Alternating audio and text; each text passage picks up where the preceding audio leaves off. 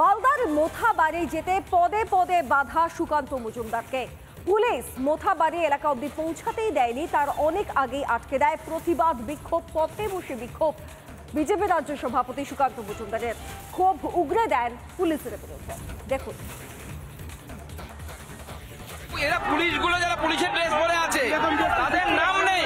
আরে কিনতে পাওয়া যায়, কিনতেও হবে না। তৃণমূল নেতারা থানাতে ফোন করলে থানা থেকে ইস্ত্রি করে দিয়ে যাবে, ডবল ইস্ত্রি করে দিয়ে যাবে।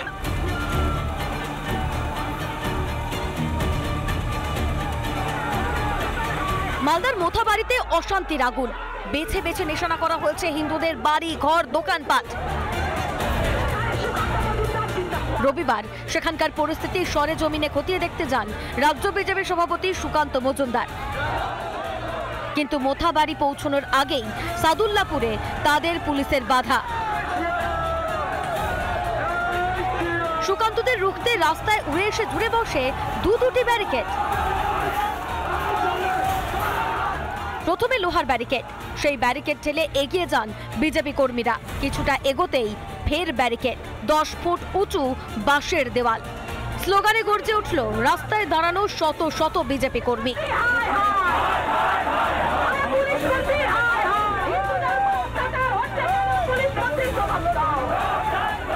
বাধা পেয়ে পুলিশের সঙ্গে বচসায় জড়ান বিজেপির রাজ্য সভাপতি।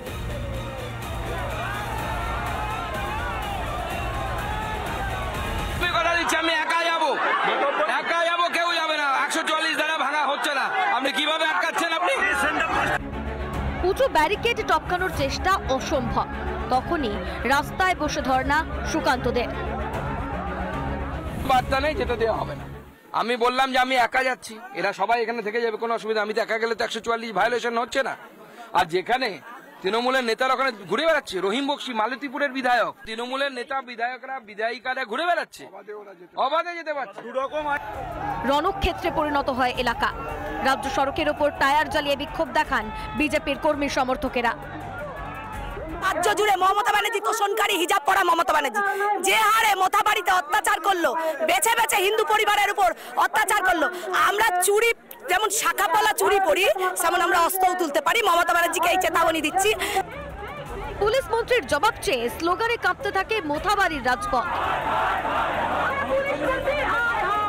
গণতান্ত্রিক দেখুন, রাস্তা স্ট্রেট হাইওয়ে গর্ত খুঁড়ে সেই রাস্তা তৈরি করেছে, সেই ব্যারিকেড তৈরি করেছে। যে রাস্তা এত জনগণের পয়সায় কষ্ট তৈরি করে, সেই রাস্তা খুঁড়ে এইভাবে ব্যারিকেড তৈরি করা হয়েছে। যে ব্যারিকেড দেখে মনে হচ্ছে নতুন বাংলার নতুন জেহাদি তিতুমির, সেই তিতুমির বাঁশের কেল্লা তৈরি করেছে মনে হচ্ছে মমতা বন্দ্যোপাধ্যায়ের পুলিশ, অপদার্থ পুলিশ এবং জেহাদি পুলিশ।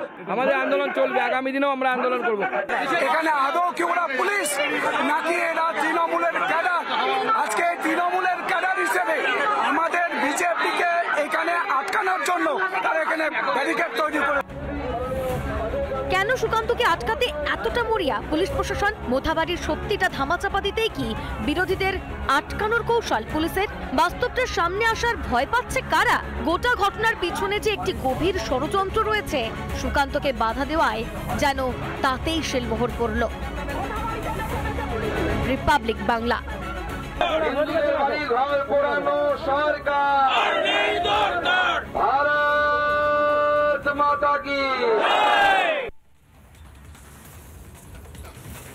মোথাবাড়িতে বিজেপির মিছিল আটকাতে রাস্তায় মোতায়েন সিভিক ভলেন্টিয়ার।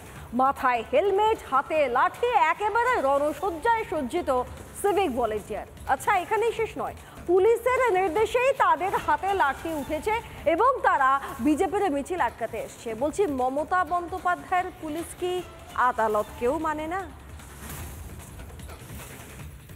পুলিশ মাথায় হেলমেট, হাতে লাঠি, যেখানে স্ট্যান্ডিং কোর্টের রায় আছে, হাইকোর্টের রায় আছে যে কোনোভাবেই সিভিক ভলেন্টিয়ার্সকে ল অ্যান্ড অর্ডার মেনটেনে ব্যবহার করা যাবে না।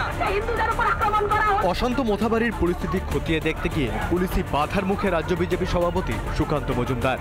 এই নিয়ে রাজ্য রাজনীতি যখন সরগরম, তখন বিতর্ক উস্কে দিয়েছে মালদহের আরও একটি ছবি। কলকাতা হাইকোর্টের নির্দেশ ছিল সিভিক ভলান্টিয়ার তারা law and order situation maintain করার জন্য তাদেরকে ব্যবহার করা যাবে না। আর এই মুহূর্তে মালদার ছবি দেখো, সিভিক ভলান্টিয়ার সার দিয়ে দাঁড়িয়ে রয়েছে, প্রত্যেকের মাথায় হেলমেট, হাতে লাঠি, দেখে মনে হচ্ছে তারা তো যুদ্ধে যাচ্ছেন। রণসজ্জায় সজ্জিত সিভিকদের দেখেই বোঝা যাচ্ছে তারা সেখানে ভিড় কিংবা ট্রাফিক নিয়ন্ত্রণের জন্য দাঁড়িয়ে নেই।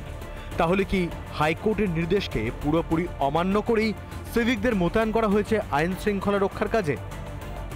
সিভিক ভলান্টিয়াররা এখানে লাঠি হাতে হেলমেট পরে ঘুরে বেড়াচ্ছে, যেখানে কলকাতা হাইকোর্টের স্পষ্ট নির্দেশ আছে কোনোভাবে সিভিক ভলান্টিয়ারদেরকে ল অ্যান্ড অর্ডার মেনটেনে ব্যবহার করা যাবে না।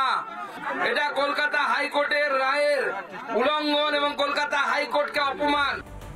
সিভিকদের কোথায় ব্যবহার করা হবে এবং কোথায় নয় তা নিয়ে স্পষ্ট নির্দেশ রয়েছে কলকাতা হাইকোর্টের।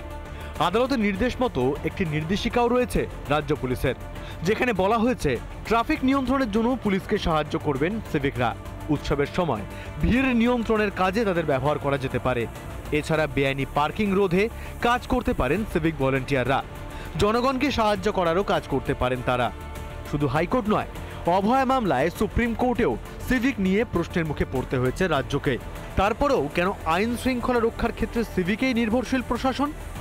আপনাদের ডিউটি দিয়েছে? কে দিয়েছে? ও তো জানি না, আমাদের থানা থেকে পাঠিয়েছে। থানা থেকে? কোন থানা থেকে পাঠিয়েছে? মানিকচক পেয়েছে। আপনাদের লাঠি কে দিল? থানা থেকে পেয়েছি। থানা থেকে দিয়েছে? কোন থানা? মানিকচক। মানিকচক। বিষয়টি আদালত অবধি নিয়ে যাওয়ার হুঁশিয়ারি সুকান্তর। আপনারা ক্যামেরার রেকর্ডিংটা ভালো করে রাখুন। কলকাতা হাইকোর্টে আমরা যখন যাব ওই রিলটা আপনাদের কাছ থেকে চাইবো, আপনারা দয়া করে আমাদেরকে দেবেন। প্রতি 1 লক্ষ জনতা পিছু পুলিশ কর্মীর সংখ্যায় অনেকটাই পিছিয়ে পশ্চিমবঙ্গ। কেন্দ্রের সমীক্ষা বলছে রাজ্যের 1 লক্ষ মানুষ পিছু 101 জন পুলিশ রয়েছে, যেখানে সংখ্যাটা হওয়া উচিত 167 জন। যেখানে গোটা দেশে 1 লক্ষ জনসংখ্যায় পুলিশ কর্মীর সংখ্যা 155। পুলিশ নিয়োগের মতো অর্থ নেই বলেই কি নিয়োগে গড়িমাসি করছে রাজ্য, নাকি রাজনৈতিক প্রয়োজনে সিভিকদের কাজে লাগানো অনেক সহজ বলেই পুলিশের বদলে সিভিকদেরই প্রাধান্য দিচ্ছে শাসক? ভাস্কর বসুর রিপোর্ট, রিপাবলিক বাংলা। নানা ধরনের কন্টেন্ট দেখার জন্য লাইক করুন, শেয়ার করুন আমাদের ফেসবুক পেজ, সাবস্ক্রাইব করুন আমাদের ইউটিউব চ্যানেল। পাশাপাশি অন্যান্য ব্রেকিং নিউজের জন্য অবশ্যই চোখ রাখুন রিপাবলিক বাংলায়।